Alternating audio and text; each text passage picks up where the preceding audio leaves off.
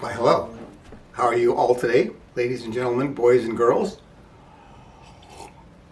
Okay, now we've done the first section of my treat to all of you.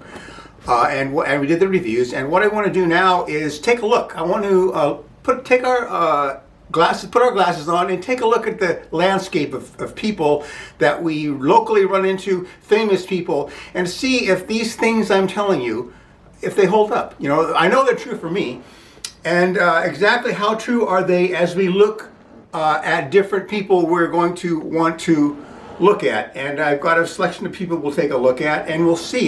Here's what I've said now. I said that living in the ego mind, I feel a prisoner of the ego mind is no longer worthy of mankind. I said that living in the ego mind is unacceptable and intolerable. The consciousness most of us are living is unacceptable and intolerable. Okay, I've said that we're hypnotized to a 3D illusion, and then we create all these ego-backed delusions about, okay? Then that becomes our reality, as well as all the things in us that have happened to us this lifetime before and this lifetime, traumatized, fears, doubts, all those things that are existing in our body, our somatic body, our subconscious mind, and around in our chakras, around our spine. They all sit there. So these things primarily make up our reality. I'm telling you, it is not worthy of us anymore. Okay, so we're going to take a look at this, and we're going to see exactly how true this is. 90% of the things that go through our heads, through our minds, is useless nonsense. And we're going to see. Now, let's take a look at this. Now, I play tennis, okay, so I'm very familiar. I've watched tennis. I played tennis for quite a while. Loved playing tennis. When I was younger, I decided I had to get some exercise, so I stepped into tennis. Got to be a good solid tennis player. And it was a fun game to play. I used to play tennis for an hour and so, hour 10, then go cool down in a pool for 35 minutes. It was a wonderful combination to swim after playing tennis. It was really brilliant of me to think of that. But okay, let's take a look at Roger Federer. Now, there is no more gracious, elegant human being than Roger Federer, really. If you've followed his career and you get a feeling of where he was coming from and how gracious he handled his whole career. He's chosen the right wife, beautiful wife that he has. That he chose the right person for a wife. Now, does he seem as though, as we've watched him mature, and now he should be out of tennis if he's not. He is out of tennis. Actually, I just by the way. So. Do these things seem to hold up for such a gracious, elegant human being? Does he seem to be a prisoner of his ego mind? Does he seem to be in an unacceptable and intolerable mind state? Does he seem to be hypnotized and delusional, really? Does it really seem to hold up for someone as elegant as he?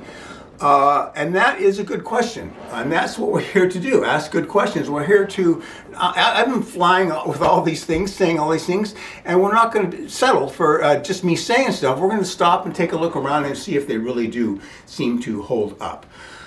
So what do we say in a case like that? Roger Federer, he is living a very happy, good, solid life. He probably has kids, I think, and now he has his whole second life to step into. Plenty of money, no sweat, and does it seem as though he's leaving? My life has been a hellscape. Okay, a consciousness hellscape. All right, and does that seem true for him? And at first look, it doesn't seem as though. He seems as though he's perfectly content, perfectly happy living in this world, in this 3D reality, in the mind, in the ego mind. But he has a very refined. It's a matter of degrees. Okay, he has a very refined ego mind. I mean, he handles himself so graciously and so elegantly, and he doesn't have a rough, coarse ego mind. I had a rough, coarse ego mind, I shouldn't have had it seemingly, but I did. And does he seem to suffer from those things I've suffered from? In what degree? And the answer, just at first look, would seem to be no, that he seems to be living a good life, happy with what he has, and with nothing but a bright second life ahead of him. And that has to be considered. Do I think everything, when you stop doing what you're doing, then is when these things come to the fore. You can keep yourself busy all the time and put the consciousness question in the background, as long as you're entertaining yourself through doing this, that's done all the time. But it must be said that there is a life that doesn't seem to be as vexed as my life is, and doesn't seem, the things I'm promoting here, doesn't seem necessarily to apply to him. Okay, so we have to just take a look at that and understand that. I am still.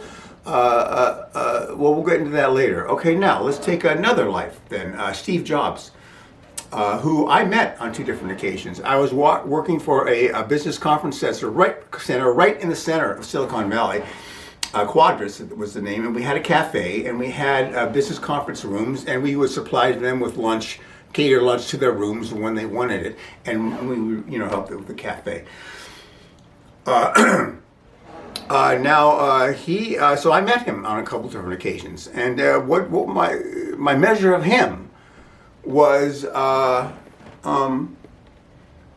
interesting. He was a highly functioning egoic mind, extremely egoic mind, not just an egoic, but extremely ego. Very, in a way, predictable. He's particularly egoic in a certain way. I went down to Monterey he was still with Next. This is in the 90s. He was still with Next, and he hadn't gone back to Apple. He hadn't married yet. He hadn't had kids, I don't think, and he was still. I think he grew after I had met him, but he was still an extremely egoic character, a very prickly ego mind. But he's an extremely competent, extremely capable individual, and we have to give him a lot of credit. When he went back to Apple, that was nothing but a corpse of a company, and he took it over, and he made it the most valuable company in the world. And you got to give him props for that. You got to say, well done, Mr. Steve Jobs. So my measure of him was I was at the buffet. I supplied the lunch. I went down there, I drove a van down there, and I was the guy that did all that for a couple of different meals as he's with Next. And I went to his facility one other time also. And so I was out at the table, making sure everything was okay. It was the mid-meal, after meal. One of the participants of his group came up and said, "God, the food is excellent." And then he was right there, and he turned and he goes, "This food isn't excellent." That's what he said. And I just walked away at that point, because, I don't cater to people that are famous or whatever. So I walked off. So it must be said here that, number one, he was right, actually. Food wasn't excellent. It was good to very good, edging toward very good. But it wasn't excellent food. It couldn't be termed excellent, but it was very, very good food. So it must be said that actually he was correct. But the question is, why did he feel the need to say something like that? See, that's the question involved. And that's the egoic nature of Steve Jobs. He felt compelled to have to say that, and it was he probably felt a little bit. It was interesting meeting him. There's something there. Hell, we were born 20 miles from one another, and it was interesting meeting in a way, that's Steve Jobs, and my measure of him was that he was perfectly happy in his highly functioning, capable, competent ego mind. And he didn't feel the need to have another form of consciousness. He didn't feel a prisoner of the ego mind to the point of being affected in a daily way about it. He didn't feel as though his consciousness was unacceptable and intolerable. He didn't feel like he was hypnotized to a three. He didn't feel. He probably didn't feel these things I'm telling you that are across the board in humankind, and I had the worst of it. I had, like I said, I've been honest about that. I've had a worse version of this than any of you had. Okay, this is the level of pain I had, steering pain for decades that I went through. So No, I say no. He was fine with the way he was. But after I had saw him and took measure of him, he had gotten married, I think, and had getting kids. And I think in the 2010 area, that I think he died at what 2015. I thought, he probably got a little bit better as he got family around him, and he got a little softer as he had time to think about things away from Apple. He probably learned and had grown about certain things. There's a good example of somebody that, as we take a look at these people, that seem to be okay with things just the way they are. We have to admit that. Now, Steve Jobs was a very busy, very workaholic type of guy. He died at 55 with a tumor in his pancreas, essentially, that was brought on by overwork.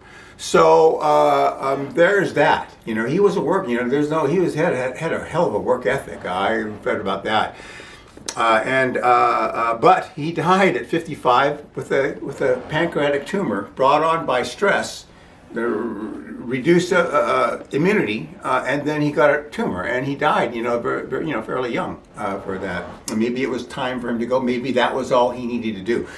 But there's a very highly functioning individual that wouldn't seem as though he is upset about the things I'm upset about. Okay, so we take a look at that. We take that measure and we say, yeah, there is.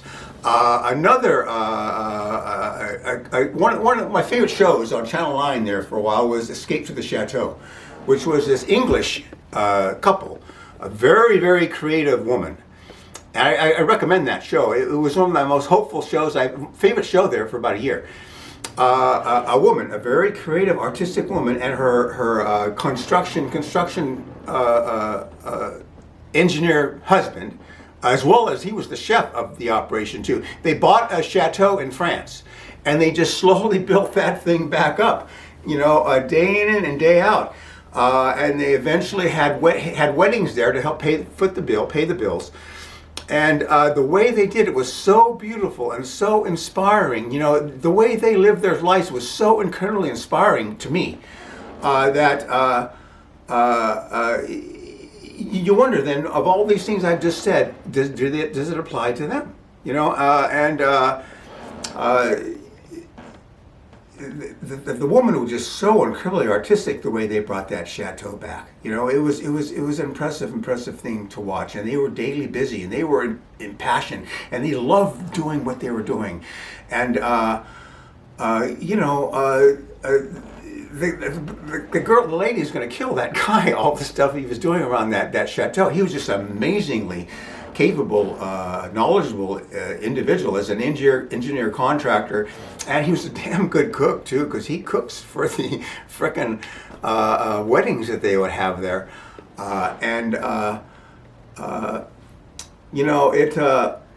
got to say, where does this everything I've been saying, where does that fit in that scene, in that scenario? Okay, and that has to be looked at. I would say this. I would say they were absent of the bigger questions in life. I think this goes for Steve Jobs too. At the end of Steve Jobs' life, he didn't know there was a God. And I'd like to think there was a God. Now, a guy that smart, how can he get to the end of his life and not know that there's a God? I was an atheist too. I was an atheist till I was about 30 years old. And one time I was cutting up fruit, a big array of fruit, a beautiful fruit bowl I was cutting up. And I looked around and I said, wait a minute, Mr. Jeff Africa. I'm supposed to believe that all this fruit, with all the textures and flavors and beauty of, fruit, the colors, all that it just got here by accident, that molecules came together and they got this wonderful array of fruit, not to mention the spices we cook with cloves and cinnamon and nutmeg and allspice and thyme and all those things, they just got here by accident without a divine intelligence running this whole show. So I knew then, wait a minute, that's not possible. In a cold, dead universe, it's not possible to create that level of things in service of mankind. It just isn't possible. It dawned on me at that time, right then and there, when I was 30 plus years old, that there was a God. Okay, because in a cold, dead universe, it would have there's no impetus to create a watermelon. There really isn't. And anybody, in our universities, all the scientists think that's what happens. That's how dull-witted they are. They're brilliant and dull-witted all at the same time. Anyway, I stopped being dull-witted in that moment. And I realized that there was a God, okay? Let alone the fact that we're walking around and, I thought you'd just born and then you died and that was it and all that sort of, that was my mindset. And it's a ridiculous, primitive mindset to have. It truly was. So he didn't know. That's a big miss. That's a big miss, and that's the kind of keeping busy thing I'm talking about, as well as the couple in Escape to the Chateau. They didn't, they're not concerned with the bigger questions. I was always concerned. It was a being thing for me. They're not concerned with that. I don't know what they think about God. I don't know what they think about the nature of us in this 3D world, how small a version of it is of this much grander version that we have yet to experience, especially this time in human history. They weren't concerned with those bigger questions. They were happy, and in a very wonderful way, though. But they were happy with their lives, as wonderful as they were. It was also kind of small in a way, as far as the larger, more expansive questions. But that was another good. Check that show out. Escape to the Chateau is on PBS here in America. I don't know about where it would be in other shows, other countries, but you'll see what I'm talking about. So we have to consider that. Okay. One last person, Dolly Parton. I had just recently seen a little Christmas show she had done. I've seen parts of it one night, about a week ago. And that's another person I'd met. Amazing, huh? Cooking has taken me to the most amazing places. I was chef at Muse in LA. And a waiter brings in a ticket. This is for Dolly Parton. Dolly Parton's here, holy shit. So we we put the ticket in, get it through, and it comes up, and I go, I'm taking this out. I had to meet Dolly Parton. Anybody who knows Dolly Parton, she is a very, very unique, very beautiful, heart-centered human being. Not the heart-centered I'm talking about where I want to go, but she is really something, Dolly Parton. I always thought that. You can tell by just the way she handles herself. I saw her in a couple movies she did, and it just reeks with beautiful spirit, this woman. And I wouldn't do this to, I see a lot of stars came into the restaurant. I was working at Spago too. We'll get into that later. So I'm taking this food out. He goes, Jeff, you can't take that food out. Yeah, I'm taking it out. Jenny, I'm taking this food out. Try and stop me. So I took the food out. She wasn't eating. It was a pork tenderloin with orange sauce. Probably a guy in the music industry was with her. And I handed it to him and I said, Dolly, I just had to say hello to you. Because I think you're really something. And she goes, well, thank you very much. You're doing a very, very good job. That's what Dolly said, because the rumors around town were good. So I've got kind of a bit famous, but she is a very, very elegant human being, leading an extraordinary life and influencing everything she touches, influencing in a good, positive way. And there's another life then. Is she suffering from the things I say everybody's suffering from, and that we've got to take a look at this, and we've got to dispense with this painful, awful consciousness that's unacceptable and intolerable. There's another example of somebody that we have to take a look at this. We have to say how much. I know there's somewhat of this going on in their heads, okay? As long as they keep busy, they can keep themselves entertained, and they can keep these sort of things pushed to the background, okay? But the most important things in life aren't doing things. The most important things, although they are important, but they're not the most important. As we get to the end of our lives, as we die and get into our review, we're going to realize the most important things was beingness, is growth. How did we handle our beingness? That's the question that looms large. Okay, that's more important than doingness. In America, doingness is the most important thing. In the universe, in the cosmos, beingness is the most important thing. What you are when you're doing the things you're doing. How you've developed when you're doing the things you're doing. Okay, so there's some good examples of things that would seem to contradict slightly what I've been promoting. Okay, that we all are in a a lousy form of consciousness that's unacceptable and intolerable. Okay.